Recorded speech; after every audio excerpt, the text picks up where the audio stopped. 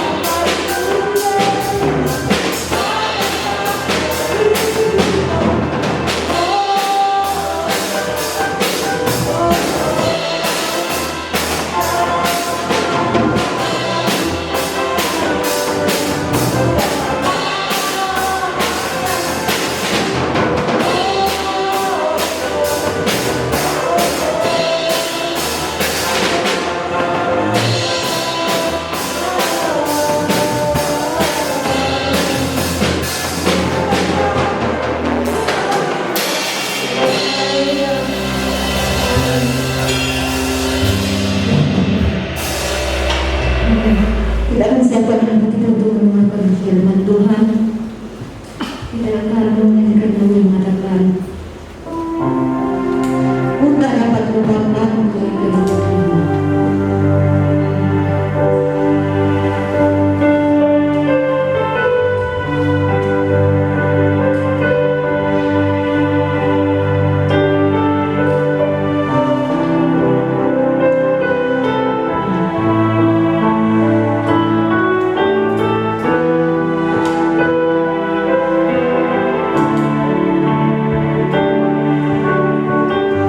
Mari katakan, bukan dapat lupakan.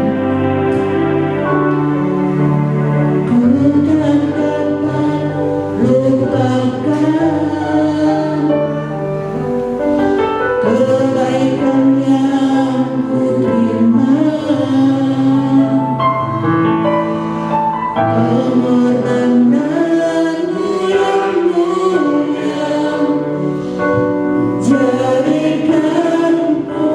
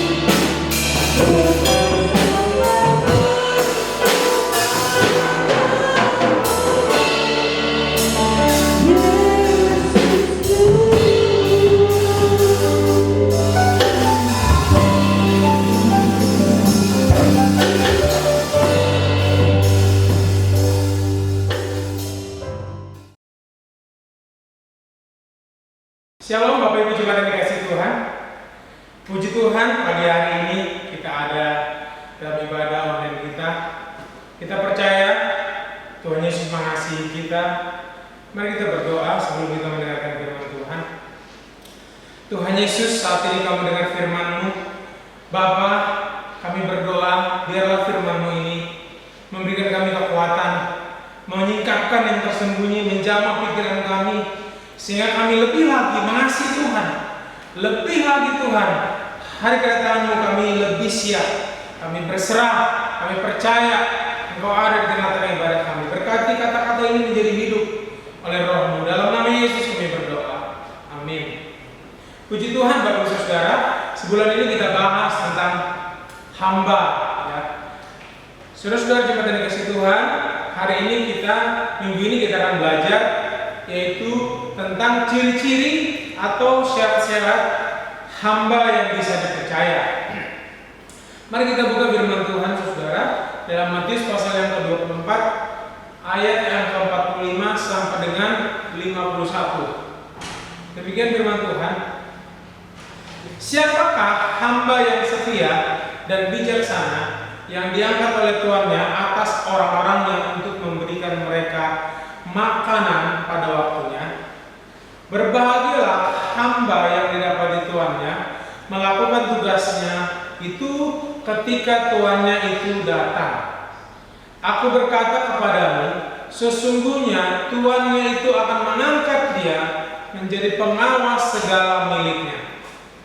Akan tetapi apabila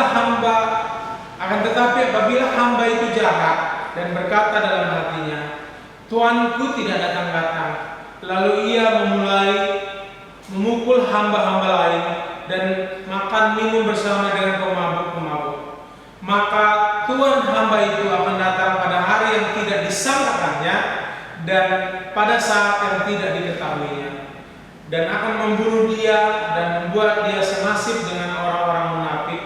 Di sanalah akan terdapat ratapan dan kertakan gigi. Bapak Ibu Saudara-saudara jemaat yang dikasihi Tuhan, tentunya kita mungkin sudah pernah baca ini. Jadi saudara-saudaraku, kalau di sini dijelaskan judulnya adalah perumpamaan tentang hamba yang setia dan hamba yang jahat. Jadi Bapak Ibu Saudara, kalau mau saya katakan, perumpamaan ini adalah menggambarkan antara kita dengan Tuhan. Hamba-hamba yang dimaksud di sini adalah semua orang Kristen, semua orang yang sudah percaya Yesus Tuhan, semua manusia yang percaya Yesus Tuhan, itulah hamba. Dan tuannya adalah Yesus sendiri. Jadi saudara-saudaraku, jemaat yang dikasihi Tuhan, kita akan melihat di sini bagaimanakah ciri-ciri seorang hamba yang bisa dipercaya, saudara. Yang pertama dikatakan di situ, siapakah hamba yang setia dan bijaksana? Jadi seorang hamba yang bisa dipercaya, saudara-saudaraku, yang pertama adalah hamba itu adalah hamba yang setia. Tadi saya sudah jelaskan, hamba itu di sini siapa? Anda dan saya. Minggu lalu Ibu Gembala sudah katakan, memang nggak semua dipanggil jadi pendeta, nggak semua dipanggil jadi gembala, ya. Tetapi kita semua adalah hambanya Tuhan. Mau itu punya pendeta itu hanya panggilan, ya, jabatan, organisasi, gembala, jabatan. Tetapi hamba adalah semuanya kita, saya dan Anda yang sudah mengaku Yesus Tuhan adalah seorang hamba Tuhan. Dan bagaimana ciri-ciri supaya kita ini bisa dikatakan adalah hamba yang bisa dipercaya? Tadi saya katakan adalah yang pertama adalah harus setia. Saudara-saudara, tentunya setia ini berapa bulan yang lalu kita juga sudah pernah bahas. Jadi setia itu nggak bergeser, kokoh, teguh, ya, terus menerus, stabil, tidak berubah. Itu setia. Jemaat yang dikasihi Tuhan, saya percaya semua kita nggak ada yang bilang saya mau jadi jemaat yang nggak setia. saya mau jadi hamba yang jahat, nggak ada. Semuanya pasti mau jadi orang Kristen yang setia, hamba yang setia, anak-anak Tuhan yang setia. Tetapi faktanya saudara, kesetiaan ini bukanlah sesuatu yang gampang. Kesetiaan itu bukanlah sesuatu yang mudah. Apalagi akhir-akhir ini saudaraku. Bahkan Paulus berkata dalam 1 Korintus 9 ayat 27, dikatakan begini, tetapi aku melatih tubuhku dan menguasai seluruhnya, supaya apa? Supaya sesudah aku memberitakan Injil kepada orang lain, jangan aku sendiri ditolak oleh Injil itu. Jadi saudara-saudara yang dikasih Tuhan, godaan untuk tidak setia itu sangat kuat. Godaan untuk kita tidak kokoh, godaan untuk kita tidak stabil, godaan untuk kita jatuh itu sangat kuat. Berarti kesetiaan bukanlah sesuatu yang terjadi otomatis. Jadi kalau Anda bilang Anda mau setia, nggak bisa Bapak Ibu Saudara tiba-tiba simsalabim, ada tiba-tiba Anda harus setia. Nah, kesetiaan itu Anda harus bayar harga, Anda harus usahakan sesuatu, Anda harus latih. Tadi Paulus bilang, tetapi aku melatih tubuhku dan menguasai seluruhnya. Berarti dia saudara-saudara, supaya dia bisa setia, dia latih tubuhnya. Latih yang bagaimana? Yang melatih untuk sesuatu yang setia, supaya dia bikin lebih setia. Tubuhnya dilatih, pikirannya, hatinya, jiwanya, semuanya dilatih supaya dia kuasai.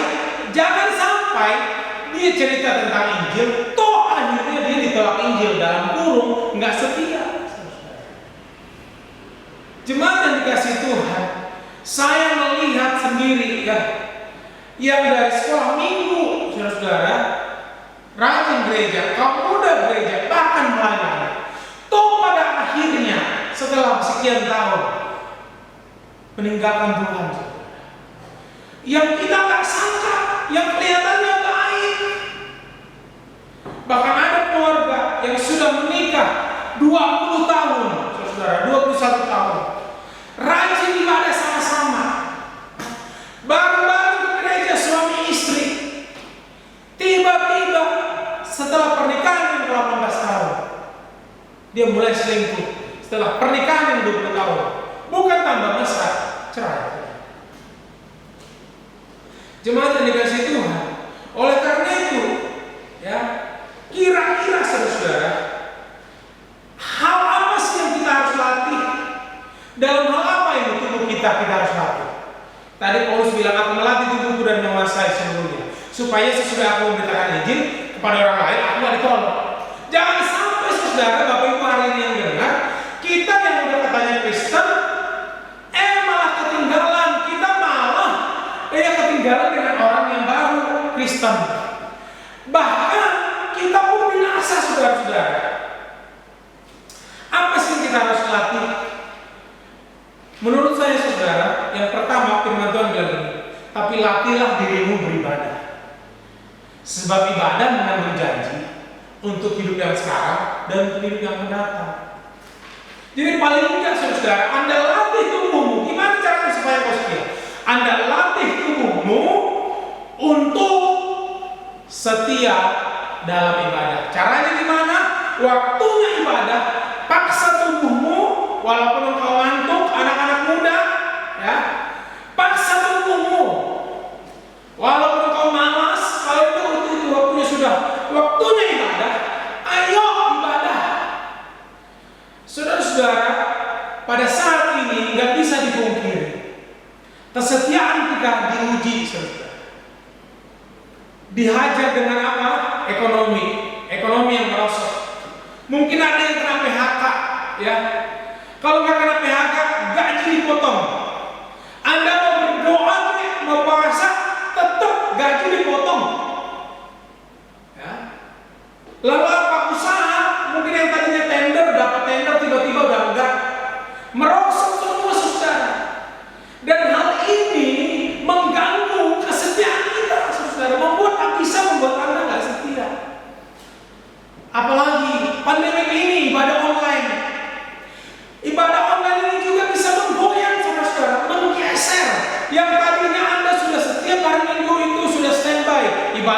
jam 8. Sekarang karena ibadah online, ada ruang untuk kita nggak setia. Nggak usah, nanti aja. Bisa nih nanti tengah minggu. Padahal udah terbiasa latihan di ibadahnya, udah biasa nih tubuhnya latih jam 8 hari Minggu atau jam 9 hari Minggu. Kadang ini saudara bisa mengganggu kesetiaan kita. Nah hari ini makanya kita belajar seperti Paulus, supaya sampai akhir dia bilang, ya, tetapi bagiku, pada saat kematianku sudah dekat, bilang, tetapi bagiku mahkota kebenaran sudah tersedia, bukan hanya bagiku, tapi bagi mereka yang terpanggil juga, yang sama seperti Paulus. Hari ini jemaat yang dikasih Tuhan, ayo saudara, walaupun ada godaan untuk tidak setia, terlebih setia dalam beribadah, ayo kita bangkit. Anda harus latih tubuhmu. Nah, kalau Paulus contohin kita adalah petinju, nggak sembarang petinju.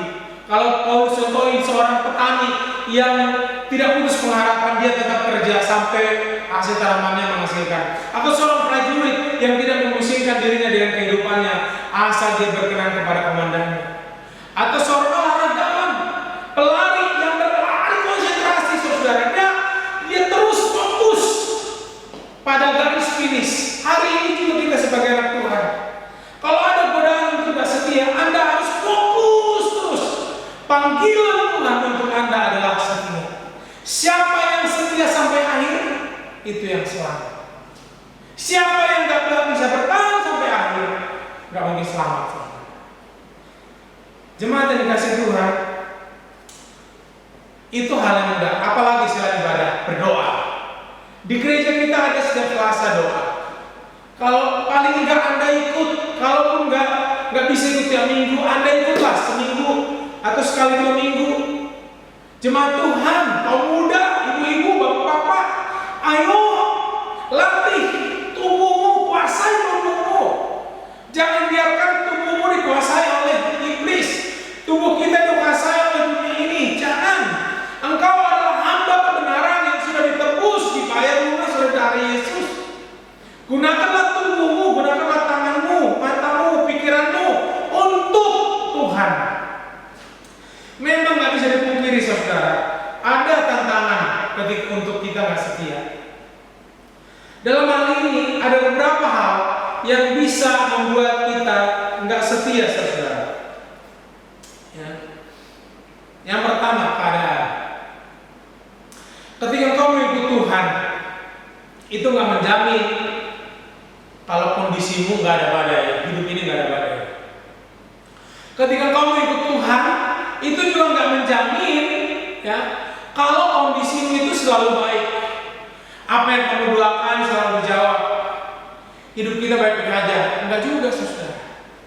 Kadang-kadang kan hal ini bisa membuat kita kecewa. Hal ini keadaan kita bisa membuat kita tawar hati. Ketika kita tawar hati, kecewa, lalu kita tinggalkan Tuhan. Kita pergi ke dunia ini, kita melenceng dari jalan Tuhan. Apalagi saudara, yang kedua yang bisa membuat kita gak setia, orang lain. Kenapa saya bilang orang lain? Orang lain itu siapa? Teman-teman. Teman-teman itu siapa? Teman gereja ataupun teman-teman di luar gereja. Masa iya sih teman di gereja bisa bikin gak setia? Ya kenyataannya begitu. Ada orang Kristen, orang gereja yang gak ke gereja karena tersinggung sama teman gerejanya. Kan ini kan gak bijaksana, saudara. Nggak benar kita sebagai anak Tuhan. Yang salah siapa lalu Anda nggak ke gereja? Yang salah siapa kita nggak ibadah? Ngambek sama Tuhan. Salahnya siapa? Yang berbuat siapa? Yang bertanggung jawab siapa? Loh ini hal simpel loh saudara. Gimana kita kayak Paulus, ya, yang harus dicambuk, yang kelaparan, yang kena diombang-ambingkan di laut, yang tiap hari nyawanya terancam. Kita cuma hanya gara-gara simpel dari teman, tersinggung bisa ke gereja, bisa nggak ngomongan, atau keluarga, tetangga rumah. Hanya gara-gara itu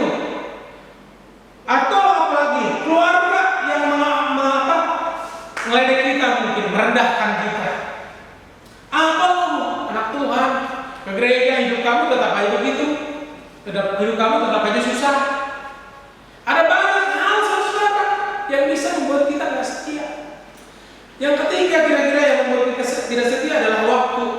Bosan. Bahkan di Alkitab bilang ada orang yang dari dulu katanya Tuhan mau datang. Kan ini kan Matius 24 ayat 46 sampai 51 ini adalah gambaran tentang kedatangan Tuhan, saudara. Nanti Tuhannya itu datang, itu kan Tuhan Yesus. Kita ini hamba-hamba. Nah, kita sebagai hamba, sebagai anak Tuhan, orang Kristen, Anda kan dari kecil, dari bayi, dari tahu kalau orang Kristen nih, dari sekolah minggu udah pernah dengar Tuhan Yesus mau datang. Remaja, Tuhan Yesus mau datang. Kamu muda, Tuhan Yesus mau datang. Menikah, orang tua, mungkin bapak ibu ada yang udah kakek nenek, Tuhan Yesus mau datang, kan akan datang. Kalau Anda nggak jaga hati, ya udahlah. Dari dulu juga Tuhan Yesus datang terus.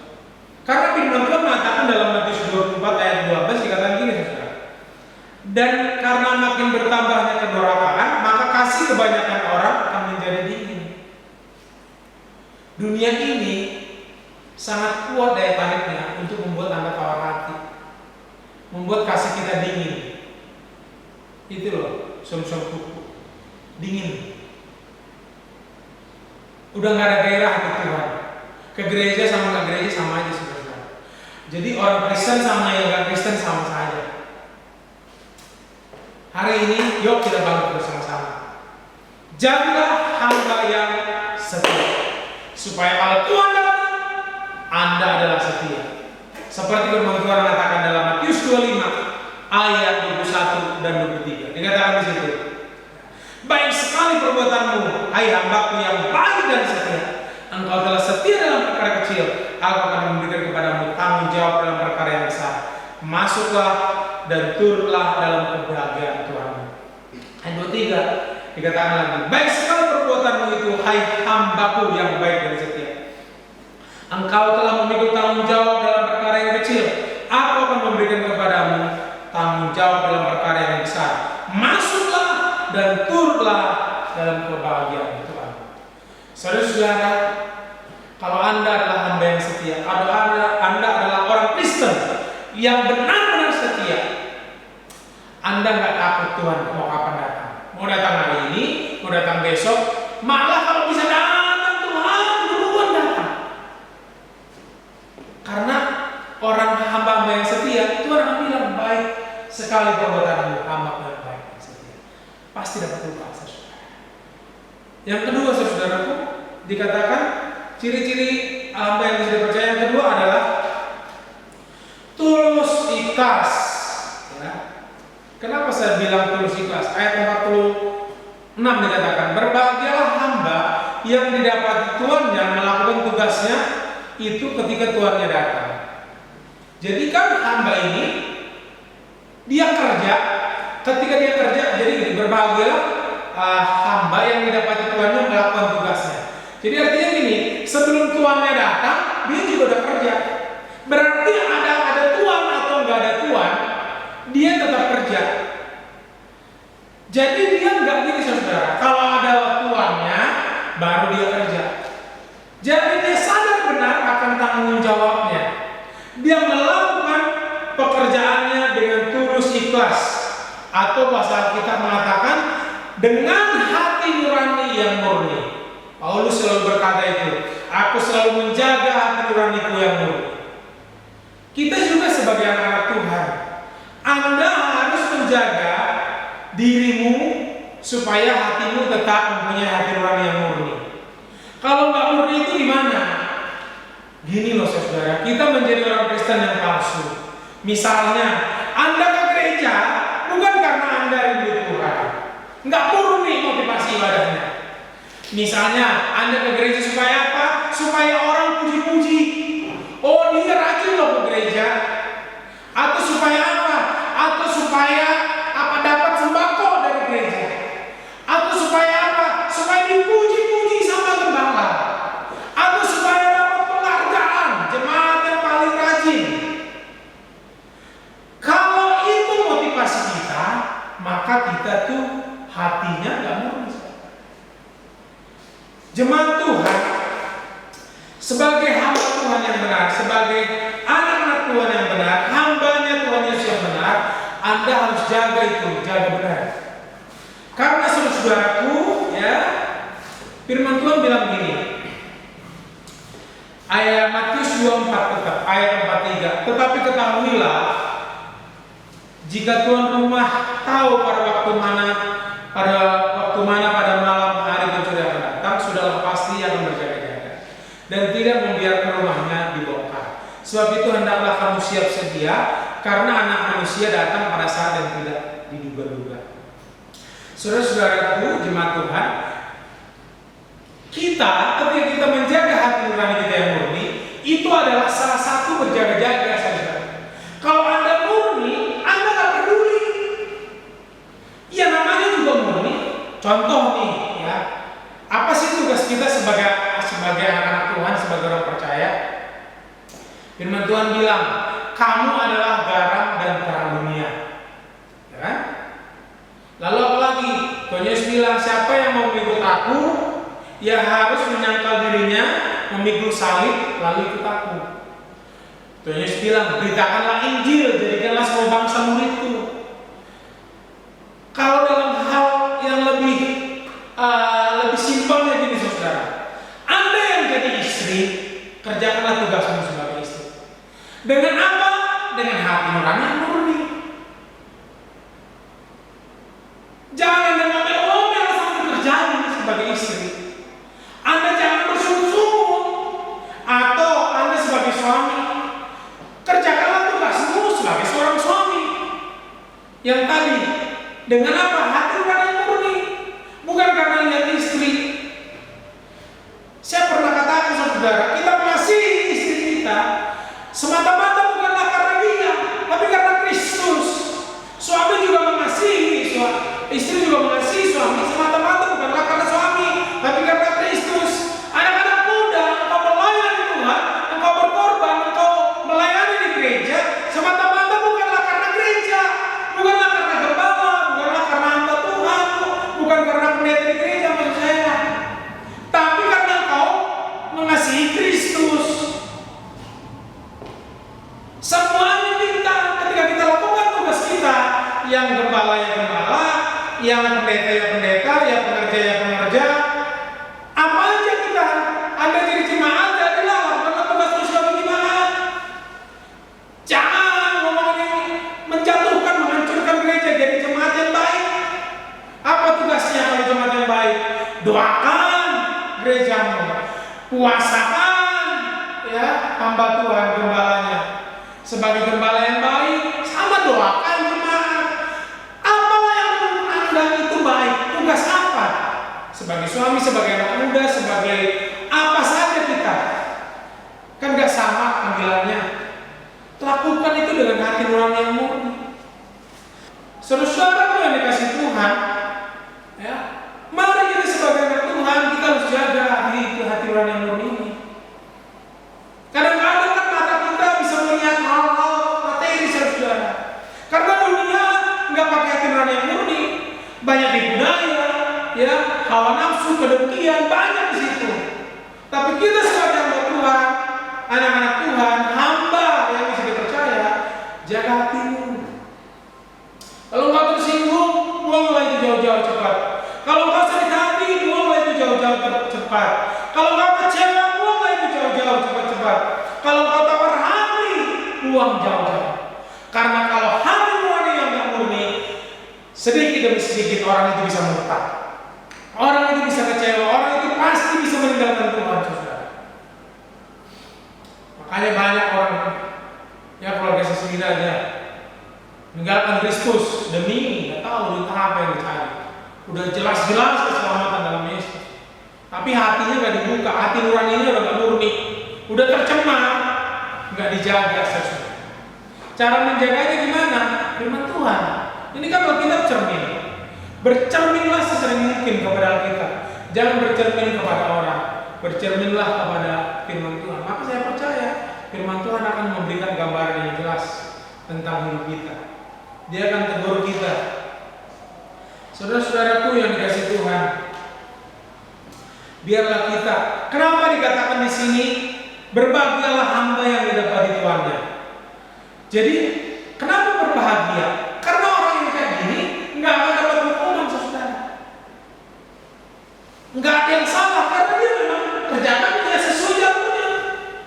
Mau ada tuannya, nggak ada tuannya dia kerjakan. Makanya orang kayak gini berbahagia. Jadi kalau Tuhan datang pun, yang kayak gini pasti terangkat, pasti akan masuk surga, pasti akan dapat upah. Mari jemaat Tuhan, biarlah engkau adalah orang-orang yang berbahagia ketika Tuhan datang. Amin. Kita adalah orang-orang yang berbahagia ketika Tuhan Yesus datang yang kedua kali. Bukan orang-orang seperti perempuan yang bodoh, yang Tuhan bilang, menyala engkau, aku tidak menyala engkau berbuat kejahatan. Atau seperti yang berkata, bukankah kami berbuat Tuhan, bukankah kami yang menyembuhkan, menyatakan mukjizat demi namamu, mukjizat demi namamu, tapi Tuhan bilang, aku akan kamu. Yaitu, dia mungkin dikerjakan, dia melayani, tapi nggak dengan murni lagi. Cari nama mungkin, cari ketenaran. Biarlah kita sendiri yang menilai kita sendiri. Lalu yang ketiga, saudara, ini yang terakhir. Yang ketiga di ayat yang 48 sampai 49. Tetapi apabila hamba yang jahat itu berkata dalam hatinya, Tuanku tidak datang, lalu ia mulai memukul hamba yang lain dan makan minum bersama pengapa-pengapa. Yang ketiga, hamba yang bisa dipercaya adalah hamba yang menjaga hidupnya kudus di hadapan Tuhan. Kita ini adalah gambaran hamba yang makan minum bersama pemabuk-pemabuk. Jadi kalau mau dibilang orang ini tahu tentang Tuhan, bahkan bisa jadi dia melayani Tuhan, tapi hidupnya nggak berubah, saudara. Sama aja dengan orang berdosa, orang-orang yang nggak percaya Tuhan. Ada iri, ada dengki, ada amarah, ada kebencian, semua ada dalam dirinya. Kita sebagai anak Tuhan harus waspada. Firman Tuhan mengatakan begini, saudara. Perabot orang yang menjaga hidupnya kudus akan menjadi perabot yang kudus juga dalam rumah Tuhan. Jadi orang yang menjaga hidupnya kudus di hadapan Tuhan, pasti Tuhan pakai untuk sesuatu yang kudus bagi kemuliaan Tuhan. Enggak mungkin orang yang hidupnya acak-acakan, hidupnya penuh dengan dosa, Tuhan pakai untuk sesuatu yang kudus untuk kemuliaan Tuhan. Jadi kita sebagai anak Tuhan, yang jemaat, yang hamba Tuhan, yang pendeta, kalau Anda mau dipakai Tuhan, saudara, jagalah hidupmu kudus, supaya Tuhan pakai engkau. Karena kalau kita nggak jaga hidup kita, saudara, apa bedanya kita dengan orang lain? Bagaimana Tuhan mau pakai kita? Jemaat Tuhan, kita hidup kudus. Engkau yang di kantor, hiduplah kudus, jujur apa adanya, bertindak benar, bersikap baik, bukan cari muka. Ya, walaupun kadang-kadang kita harus berhadapan dengan resiko, saudara, yang tidak menguntungkan kita ketika kita belajar hidup kudus. Hidup kudus artinya tidak menyeleweng, saudara. Mungkin ada yang mau menyelewengkan keuangan, dan karena kita nggak ikut di dalamnya, kita dimusuhi atau bahkan dikeluarkan dari pekerjaan. Kita harus tanggung, kita harus melakukannya kadang-kadang seperti itu, saudara. Atau kita sebagai suami istri, kalau bapak ibu, bapak-bapak nih pengusaha atau tugas keluar kota, ya, jaga hidupmu, jangan sampai, saudara, perzinahan terjadi, jangan sampai pernikahanmu tercemari oleh pernikahan, tercemari oleh perzinahan.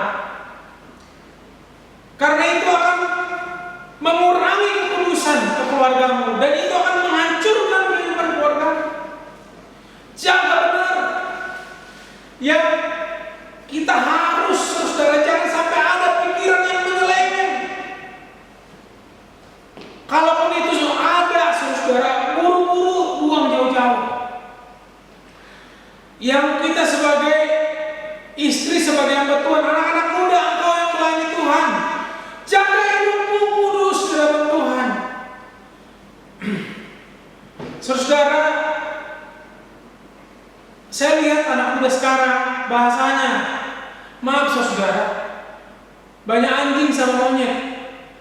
Maaf ya, Pak, anjing lu gitu. Bukan anjing, tapi bukan marah. Maksudnya buset luar biasa, bilang luar biasa, dasar anjing. Manggil orang nyet sini nyet, atau pego gitu. Saya rasa sebagai anak Tuhan itu bukan perkataan anak Tuhan, saudara. Walaupun itu gaya anak muda sekarang, tapi kita sebagai anak Tuhan itu nggak, jangan dong. Kan kau anak Tuhan, engkau hamba Kristus. Jangan dirimu sama dengan di luar dunia sono yang nggak kenal Tuhan. Bukan sok kurus, enggak. Karena Kristus, karena engkau mengasihi Kristus. Yang anak muda, jaga hidupmu. Walaupun di luar sana udah biasa, saudara, pelukan, ciuman, bibir ketemu bibir, lidah ketemu lidah. Anak muda jaga, ini kan paling, wah, enggak, orang tua nggak bisa jaga engkau. Orang tua bisa dibohongin. Gimana caranya, saudara? Nggak kuat nih menghadapi, memang kalau dengan kekuatan kita sendiri nggak kuat. Makanya kita harus dekatkan diri ke Tuhan. Cari Tuhan dengan sungguh-sungguh. Maka memang Tuhanlah yang memberikan kekuatan supaya kau sanggup menghadapi dunia ini. Nggak ada, saudara, tanpa Kristus semuanya bisa langsung berjalan dengan bisa menjadi benar. Nggak ada. Seorang gembala nggak bisa tanpa Kristus. Seorang pendeta nggak bisa tanpa Kristus. Seorang jemaat nggak bisa tanpa Kristus. Seorang suami nggak mungkin jadi suami yang baik tanpa Kristus. Seorang istri nggak mungkin jadi istri yang baik tanpa Kristus.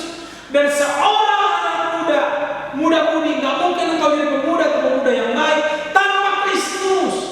Semuanya hanya oleh karena Kristus yang membuat kita mampu. Sehingga ketika 3 hal ini kita setia, ya kita tulus ikhlas mengerjakan tugas kita apapun itu. Lalu yang ketiga, kita hidup kudus. Saya percaya, saudara, kalau ketika Tuhan datang, Dia akan berkata kepadamu, mau engkau pendeta, enggak pendeta, jemaat atau siapapun kita, Tuhan akan bilang, baik sekali perbuatanmu, wahai hambaku yang setia. Engkau sudah setia dalam perkara yang kecil, aku akan memberikan kepadamu tanggung jawab yang besar. Masuklah dalam kebahagiaan Tuhan. Inilah yang kita nanti, saudara. Inilah yang paling kita rindukan.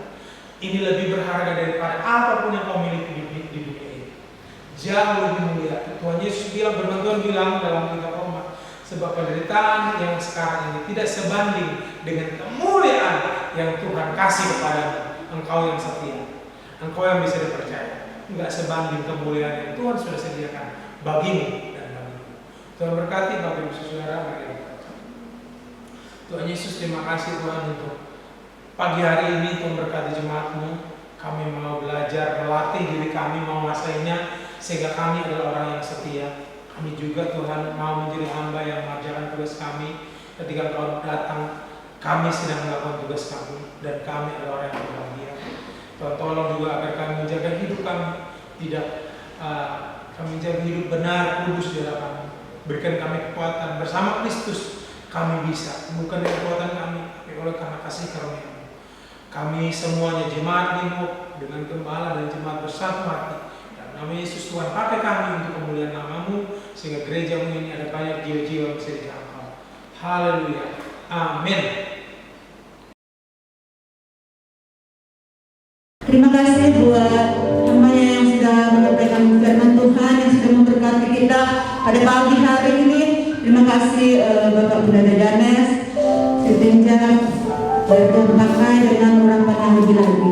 Dan saat ini kita akan mempersiapkan dalam memberikan persembahan ke jemaat Tuhan yang akan memberikan persembahan bisa ditransfer di nomor rekening yang ada di bawah ini. Mari sebelumnya kita akan berdoa. Terima kasih Tuhan, kami bersyukur Tuhan, Kau baik, Kau sungguh baik dan sangat baik. Saat ini Tuhan kami akan memberikan persembahan, kami sudah berkati lewat kebenaran firman Tuhan. Saatnya kami Tuhan akan memberi yang terbaik bagimu Tuhan, lewat Tuhan pekerjaan Tuhan yang ada di Gereja Kosambi Tuhan. Memberkati setiap jemaat-jemaat-Mu, biarlah kami memberi dengan sukacita, kami memberi dengan tulus Tuhan. Terima kasih Bapa, kami bersyukur Tuhan di dalam nama Tuhan Yesus. Haleluya. Amin. Mari kita akan nyanyikan Dia yang mengatakan, taburlah maka engkau akan menuai.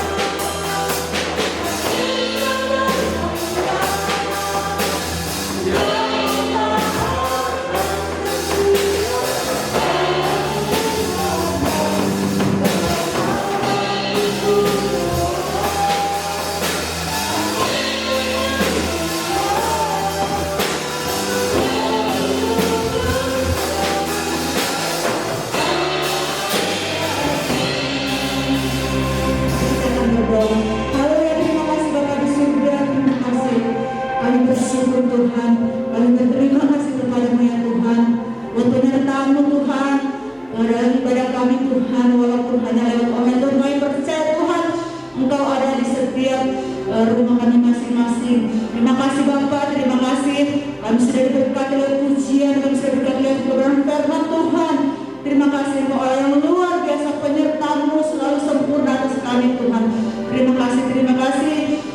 Dan Engkau memberkati Tuhan setiap jemaat-jemaat-Mu Tuhan yang ada di rumah mereka masing-masing. Engkau tahu apa yang menjadi pergumulan mereka masing-masing Tuhan, apa yang menjadi doa-doa dan kerinduan mereka Tuhan. Engkau Allah yang tahu Tuhan, Engkau yang tahu semuanya Tuhan. Terima kasih Bapak di surga. Kami bersyukur Tuhan, kami akan percaya Tuhan, Engkau Tuhan berkati setiap kami. Terima kasih, kami bersyukur dan kami akan menutup ibadah pada pagi hari ini. Sebelum kita akan menerima doa berkat dari Ibu Gembala, kita akan membacakan doa Bapa kami. Mari kita berdoa.